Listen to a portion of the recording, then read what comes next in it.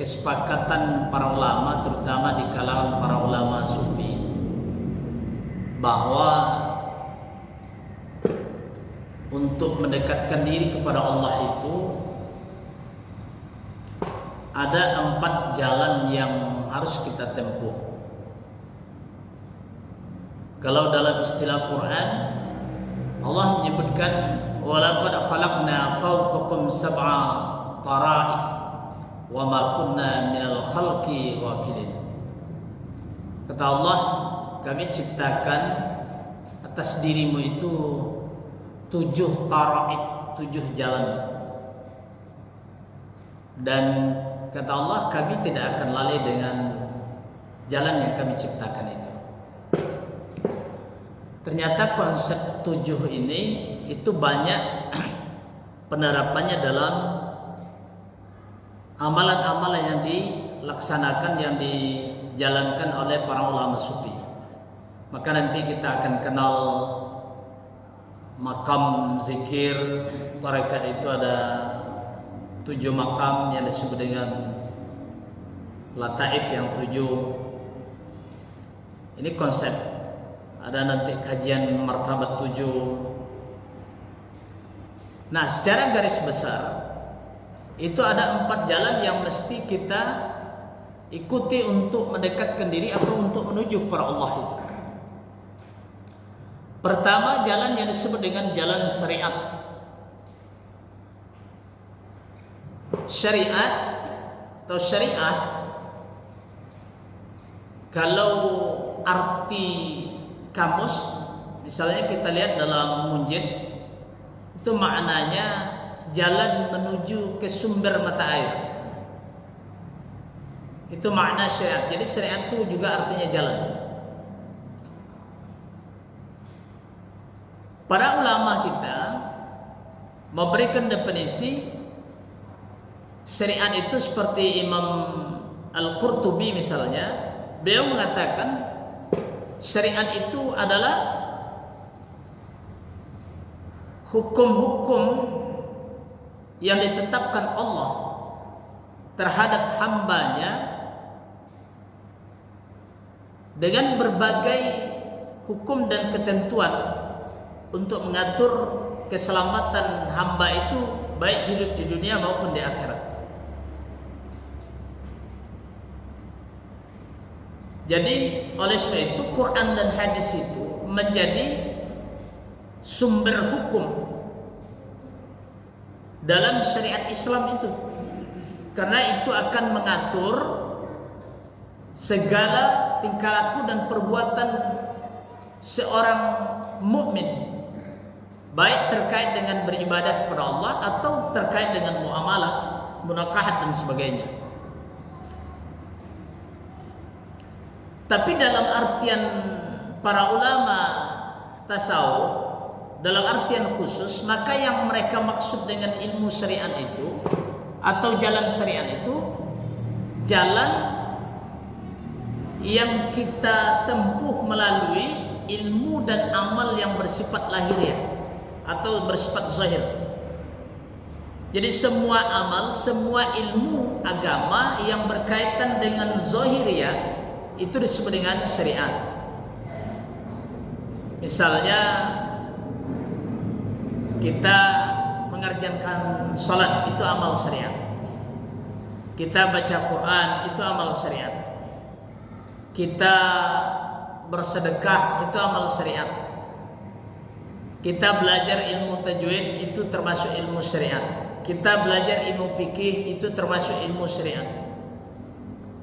Semua ilmu dan amal yang bersifat zahiriah atau lahiriah ini disebut dengan ilmu syariat atau jalan syariat. Nah, kalau jalan syariat ini saya yakin nih kita insya Allah sudah mantap ini mengikutnya. Nah, bahkan sudah memenuhi standar lah, ke masjid dah rajin, ya kan?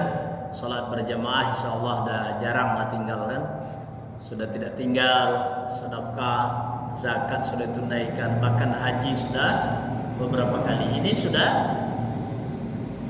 kita jalankan dengan baik dalam syariat ini. Cuman dari ujung perjalanan dari syariat ini, kira-kira apa yang kita sudah dapat ini? Yang kita peroleh apa? Kalau ditanya pertanyaan sampai di situ agak bingung juga jawabannya nak. Oh Ustaz, saya sejak rajin salat berjemaah ini hati saya sudah tenang. Itulah paling bisa dijawab itu. Hati saya tenang, hidup saya nyaman. Karena ujung dari perjalanan ini adalah melahirkan ketenangan dari manfaat ibadah tadi. Cuma kalau tidak hati-hati, ini bisa salah niatnya. Nanti datang ke masjid untuk sholat berjamaah supaya jiwa tenang. Akhirnya tidak ingat sama Tuhannya. Mengajar yang dikejar apa? Mengajar tenang hati. Mengajar hati tenang, mengajar jiwa tenteram, bukan untuk taat kepada Allah. Jadi kalau tak hati-hati kadang halus, iblis itu menggelincirkan kita itu halus bawaannya. Itu perjalanan syariat. Yang kedua, ada namanya jalan tarekat. Tarekat secara harfiah juga maknanya jalan. Maka di dalam bahasa Arab itu pakaian atau bahasa yang sering digunakan itu istilah tarekat itu. Jadi kalau kita bertanya kepada orang Arab, misalnya bertanya di mana jalan, itu sering digunakan kalimat tarekat itu. Aina tariq, di mana jalan? Nah, dari yang jalan empat ini, secara garis besar jalan yang empat ini, melihat pada hadis Nabi, itu ternyata turunan jalan ini banyak. Dalam sebuah hadis yang diriwayatkan oleh Tabrani, itu kata Nabi, inna syari'ati ja'at ala salasini matin wa salasa asyara tariqah.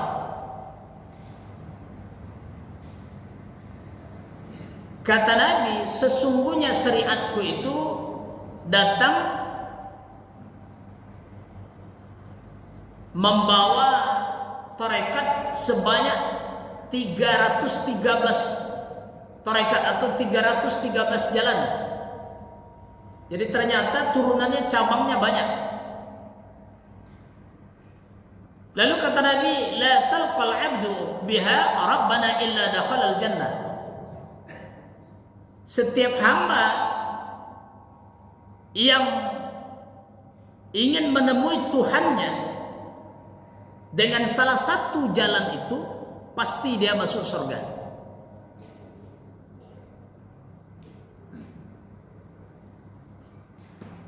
Oleh sebab itu ternyata semua amal, apa ada orang yang istiqomah misalnya berselawat, itu membuat dia menjadi asbab nanti. Artinya kalau yang wajib sudah dikerjakannya, lalu diistiqomahkannya, didawamkannya berselawat, maka selawat itulah nanti yang menghantarkan dia menuju Allah Subhanahu wa taala, masuk surga. Ada orang yang nanti jalurnya Quran, istiqomah dia menghafal Quran atau dia istiqomah baca Quran, nanti dengan keistiqomahannya ini dia sampai kepada Allah dan masuk surga. Ada orang yang istiqomah dengan tahajudnya, ada orang yang istiqomah dengan sedekahnya, ada orang yang istiqomah dengan zikir. Semua itu ternyata jalan. Tapi tentu yang wajib tidak boleh ditinggalkan. Maka Nabi mengatakan, siapa saja hamba yang ingin menghadap, ingin menemui Tuhannya, salah satu saja diikutnya jalan itu, dia akan sampai kepada Allah dan dia akan masuk surga. Cuman persoalannya, kita ini besok semuanya kembali kepada Allah. Cuman model kembali kita kepada Allah itu berbeda-beda. Orang kafir pun sebenarnya kembali juga kepada Allah. Cuman kalau ibarat kita pulang kampung begini Pak, ada orang pulang kampung atau balik ke rumahnya, disambut dengan gembira, disambut dengan sambutan yang hangat oleh orang tuanya, karena dia pulang datang dengan menyenangkan hati orang tuanya. Maka orang ini ketika dia pulang dia begitu bahagia dan enak.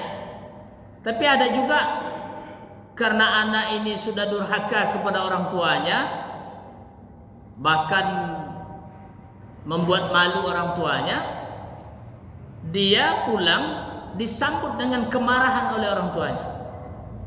Dia bertemu juga dengan orang tuanya tapi disambut dengan kemarahan, maka kepulangannya ini tidak nyaman. Jadi perumpamaannya begitu besok. Ada kita yang setelah wafat bertemu dengan Allah, disambut dengan begitu sambutan yang menyenangkan. Allah berikan balasan-balasan pahala yang kita lakukan itu dengan rahmat berupa surga. Tapi ada juga orang yang besok di akhirat itu dia bertemu dengan Allah itu disambut dengan kemarahan Allah, dengan murkanya Allah. Maka bentuk sambutan murka itu dia disiapkan, ada yang dimasukkan ke dalam neraka. Nah, Bapak Ibu, jadi artinya apa? Bahwa kita besok seluruhnya akan menghadap Allah Subhanahu wa taala untuk mempertanggungjawabkan amal ibadah kita.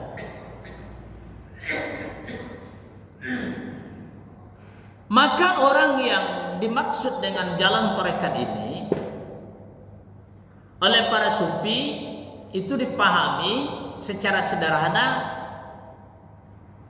jalan tarekat ini jalan yang kita tempuh, kita lalui melalui ilmu dan amal yang dikerjakan oleh hati.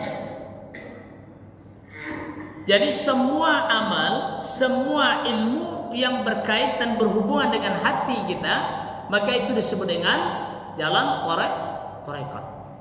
Nah, pertanyaannya kita Bapak Ibu yang hadir ini, sudah ditempuh jalan ini atau belum? Apakah kita selama ini baru mengerjakan sholat saja dari sisi syariat, bersedekah, berpuasa, baca Quran, tapi hati kita belum menempuh jalan tarekat itu, sehingga ketika kita sholat, ya lisan kita, mulut kita membaca ayat, hati kita berkata lain.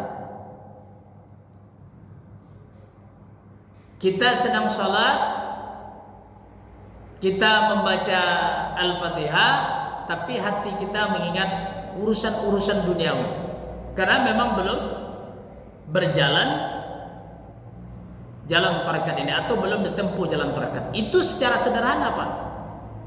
Apalagi kalau bicara seperti yang saya sebut tadi, seperti yang diamalkan oleh para ulama-ulama tarekat, mereka menjalankan jalan tarekat ini dengan zikir, dan zikir yang mereka jalankan itu ternyata ada makam-makamnya, ada tempat-tempatnya, bahkan sampai pada 7 makam atau 7 tempat yang disebut dengan zikir lataif namanya. Nah, kita sudah sampai di situ atau belum? Yang sederhana saja dulu itu bagaimana kita secara umum makna tarekat bagi kita, lisan kita kalau kita sholat, lisan kita membaca ayat, hati kita khusyuk mengingat Allah. Itu pun sudah alhamdulillah. Persoalannya sekarang itu sudah terwujud atau belum? Kadang-kadang itu pun belum terwujud. Jangankan mau bicara tentang lataif yang 7. Kita bicara sederhana saja dulu, khusyukkah kita sholat? Ini kalau belum khusyuk berarti belum jalan sama sekali. Nah, kalau kita memang belum jalan dan baru sebatas syariat, ini kata Imam Ghazali, sekuat-kuat kita beramal orang syariat itu, dia hanya bisa dekat kepada Allah itu sampai kedekatannya itu kepada af'al Allah, kepada perbuatan Allah. Maka dia berhubungan dengan Allah itu melalui perbuatan saja. Karena hukum syariat yang tadi ditetapkan Allah itu kalau diumpamakan dalam keseharian kita, ibarat kita di kabupaten ini misalnya dengan bupati, itu orang ingin bertemu atau ingin mendekatkan diri atau ingin berhubung dengan bupati itu, kalau dia baru jalan syariat itu baru berhubungan melalui aturan-aturan protokolernya. Orang syariat itu nanti dia hanya bertemu melalui program itu. Itu kalau dia hanya sebatas syariat.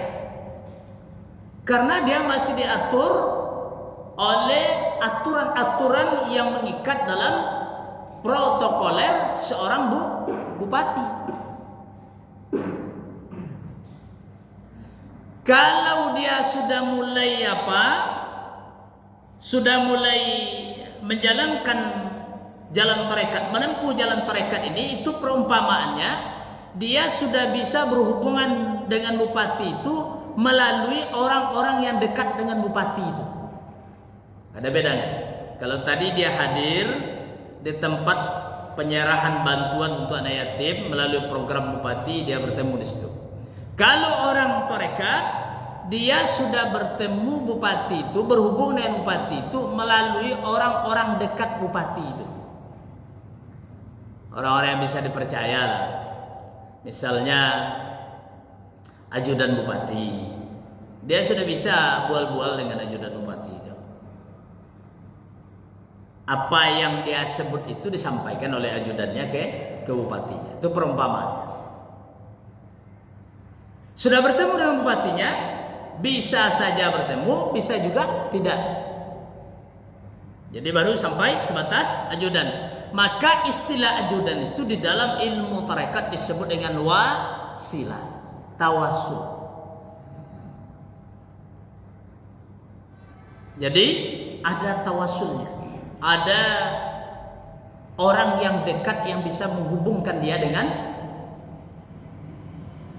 bupati itu. Kalau kita dengan Tuhan, kita berhubungan dengan Allah itu melalui orang-orang yang memang secara marifat, secara keilmuan kita tahu mereka ini adalah orang yang dekat dengan Allah. Jadi ada pemandu lah. Kata ajudan, Bapak besok kalau mau jumpa bupati datanglah besok Kamis, saya ajak dia jumpa. Nah, kan diajak kita. Bisa Allah bisa bertemu karena kita berhubungan dengan orang yang dekat dengan bupati. Maka siapa yang istiqomah mengikut jalan Allah ini, maka orang itu dijanjikan Allah diberikan kenyamanan, ketentraman, ketenangan batin. Itu pasalnya tadi kalau kita beribadah rajin ke masjid, ada ketenangan batin. Jadi kalau kita rajin ke masjid kan tenang batin itu. Bahkan masuk masjid saja kadang-kadang sudah tenang batin kita. Nah, ada orang susah tidur Pak di rumah, pergi ke masjid, sampai di masjid tertidur dia. Berarti kan lebih nyaman di masjid daripada rumah. Andaikan tahu lah orang bahwa dia lebih nyaman di masjid, maka orang datang ke masjid. Cuman banyak yang tak tahu. Tapi ada juga yang tahu pergi numpang tidur aja nah. Kalau dalam perjalanan pergi numpang tidur ke masjid. Nah, itu yang terjadi. Karena di rumah tidak bisa tidur. Maka kata Allah, wa alla wastaqamu 'ala at-tariqah la asqainahum ma'an ghadaqan.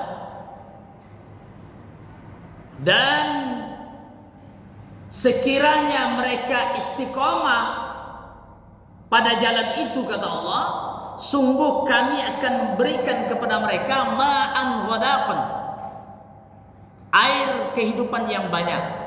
Apa? Kehidupan yang menyenangkan, kehidupan yang menyejukkan, kehidupan yang tentram. Maka kalau kita istiqomah mengamalkan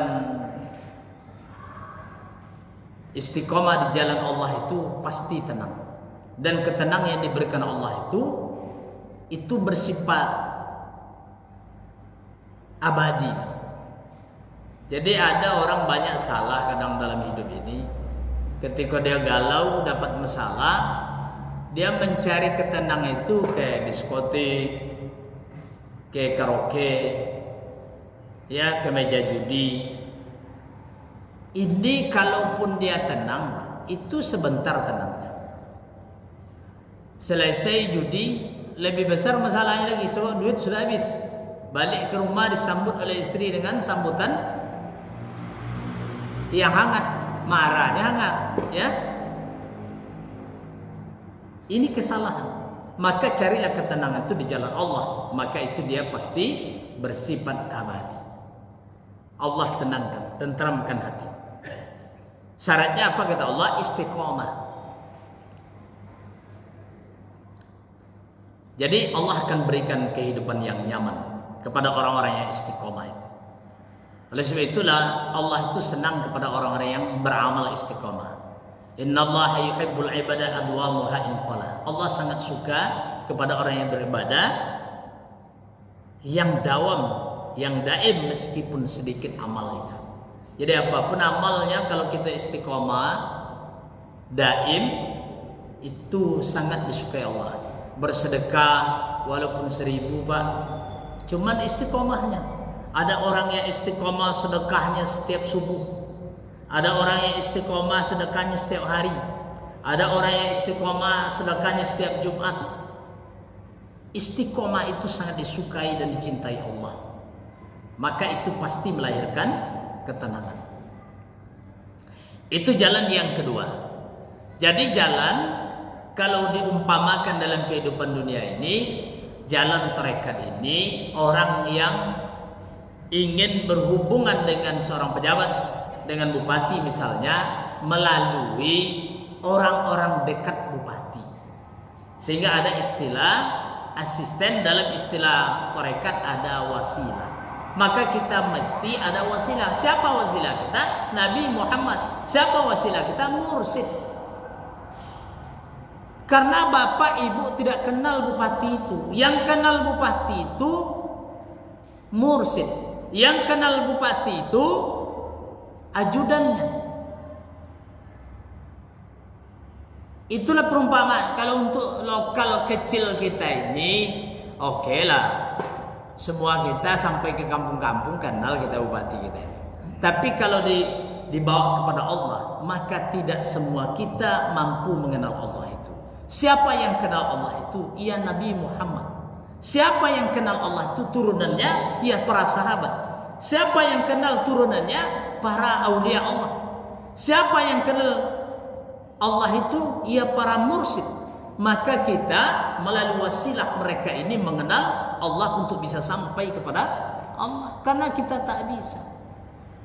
Itulah perlunya kita berwasilah itu. Bertawasul. Nah itu perumpamanya tadi kita berhubungan melalui ajudan bupati kalau ingin bertemu dengan bupati. Ini maaf ya, bukan menyamakan Tuhan dengan bupati ya, untuk memudahkan pemahaman aja, tidak levelnya itu ya. Yang ketiga, jalan untuk mendekatkan diri kepada Allah itu, jalan menuju kepada Allah itu disebut dengan jalan hakikat. Jadi secara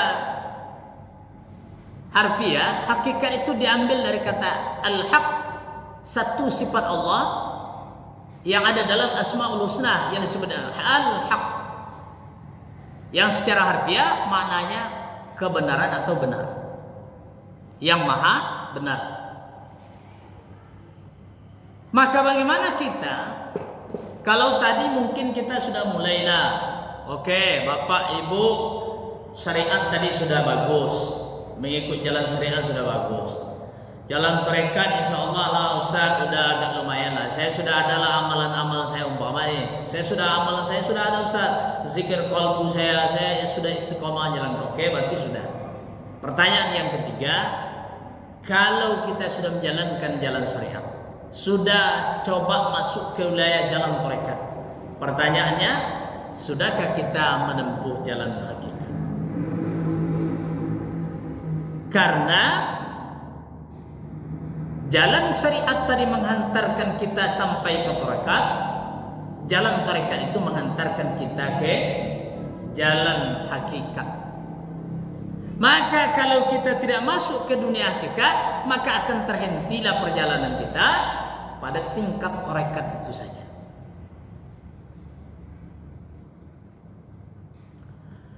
Apa itu jalan hakikat? Secara harfiah tadi maknanya kebenaran, intisari kebenaran itu.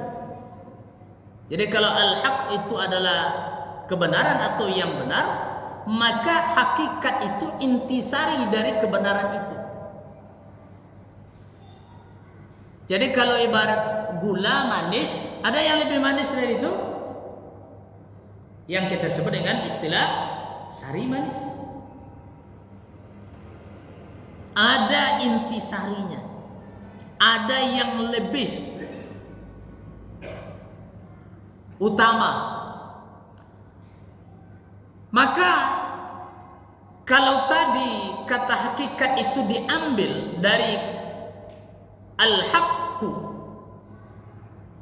dari asma Allah, maka secara sederhana kita bisa pahami hakikat itu kebenaran menurut versi Allah. Ini maaf ya, kita ini banyak ini kebenaran menurut versi awak, karena memang Quran itu diturunkan menurut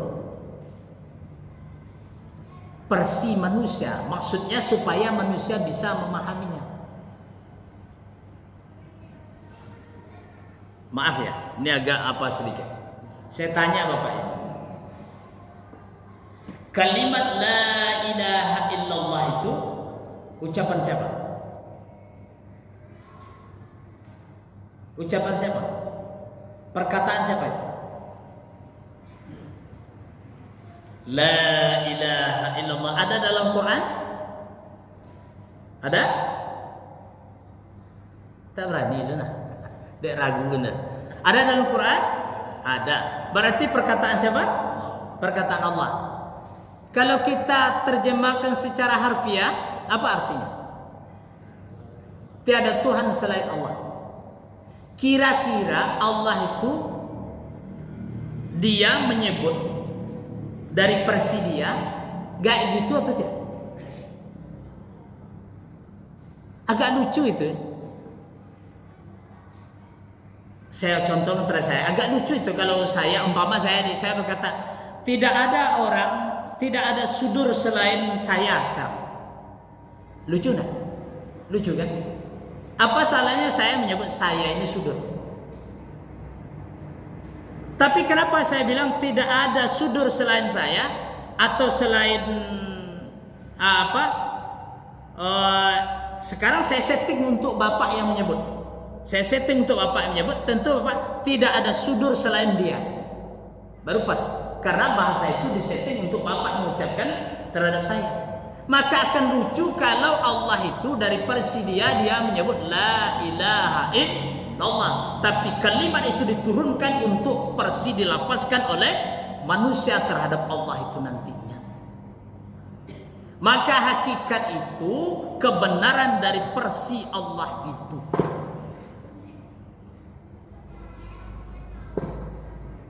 Paham maksud saya itu? Ini maaf ya. Ini kalau ngaji duduk, ini udah agak-agak kanas. Maka yang persidia itu sekali diungkapkannya juga. Lihat yang persidia. Itu pun masih samar-samar itu. Kita lihat misalnya dalam surat Thaha. Apa kata Allah? Innani anallah. La ilaha illa ana fa'budni. Sesungguhnya aku itu Allah, tidak ada Tuhan selain aku. Itu persidia. Andaikan itu saya buat, maka bisa keliru orang memahaminya, bisa menyebabkan saya syirik. Karena keluar seolah-olah nanti yang berkata aku itu adalah sudur. Tapi karena persi yang akan disampaikan itu adalah persi manusia terhadap Allah, maka kalimatnya dibentuklah la ilaha illallah. Maka orang hakikat itu adalah orang yang mengkaji ilmu itu sampai kepada sumber kebenaran itu, kepada inti kebenaran itu, kepada asal usul kebenaran itu. Berarti kalau gitu asal aslinya, asal usulnya kalimat la ilaha illallah itu akan ada persi Allah itu sendiri. Jelas maksud saya itu? Maaf ya Pak.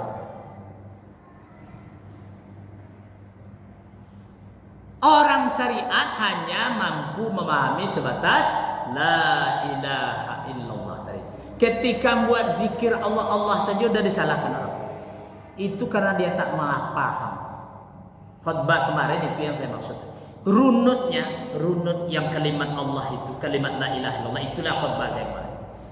Bahwa turunannya la ilaha illallah itu turun kalau di hati dia berbunyi Allah.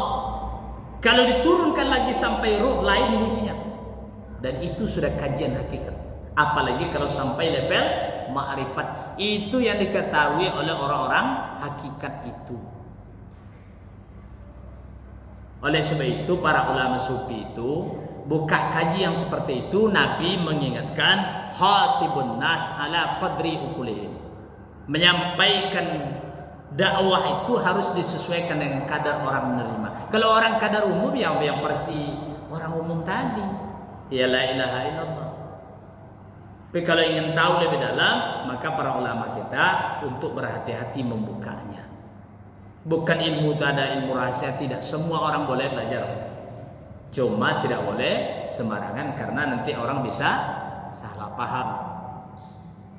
Itu namanya ilmu hakikat. Nah hari ini itu tak menarik bagi orang. Tapi ingat satu ketika Pak, ilmu itulah yang dibutuhkan saat menghadapi fitnah Dajjal itu. Jadi kata sebagian para ulama kita, besok para tentara-tentara yang di akhir zaman itu orang-orang yang sampai pada tingkat itu. Udah habis waktu ini? Belum? Sedikit. Jadi menempuh jalan hakikat itu dengan cara mendalami ilmu itu sampai kepada intisari kebenarannya. Kalau dalam ceramah-ceramah lain saya sering contohkan begini, mencari asal usul kebenaran sesuatu itu.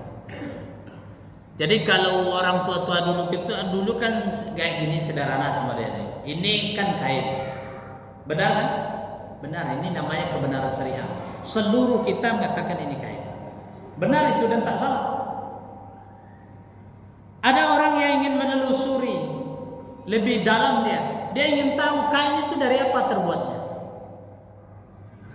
Benang. Ada orang yang pengetahuannya sampai benang. Oh itu benang itu kata dia. Benang yang dijalin. Salah dia tidak. Tapi ingat, itu sudah mulai disalahkan oleh orang syariat. Andaikan dia menyebut pada orang ramai benang tuh kata dia. Mulai orang kapot tuh. Aku budak lagi lo nih kata dia. Karena itu namanya hakikat itu bukan untuk diucapkan, tapi untuk diyakini saja. Karena kita tahu, orang lain tak tahu. Ada lagi yang menelusuri benang itu. Dari mana benang?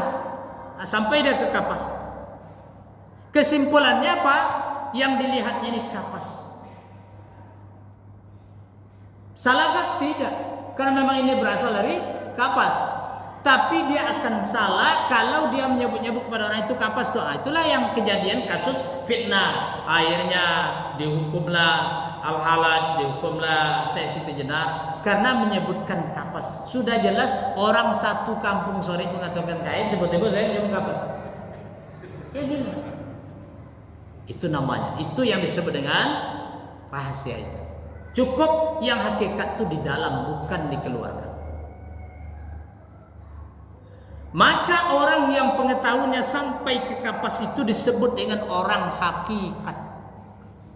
Tapi karena orang sekarang, kecenderungan orang sekarang hanya ingin tahu sebatas apa yang dia lihat, itu makanya terjadi pendangkalan dalam ilmu itu. Apabila sedikit didalami sampai kena nanti bid'ah, sesat, dolalah, itu kejadian yang terjadi itu. Terakhir ada jalan yang keempat yang dinamakan jalan ma'rifat. Ma'rifat secara harfiah artinya kenal.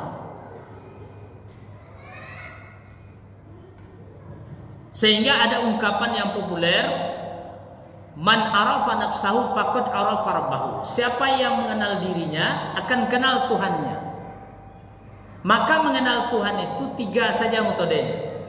Ada orang yang melalui metode mengenal diri, ada orang yang melalui metode mematikan diri, ada orang yang melalui metode fana, melenyapkan diri.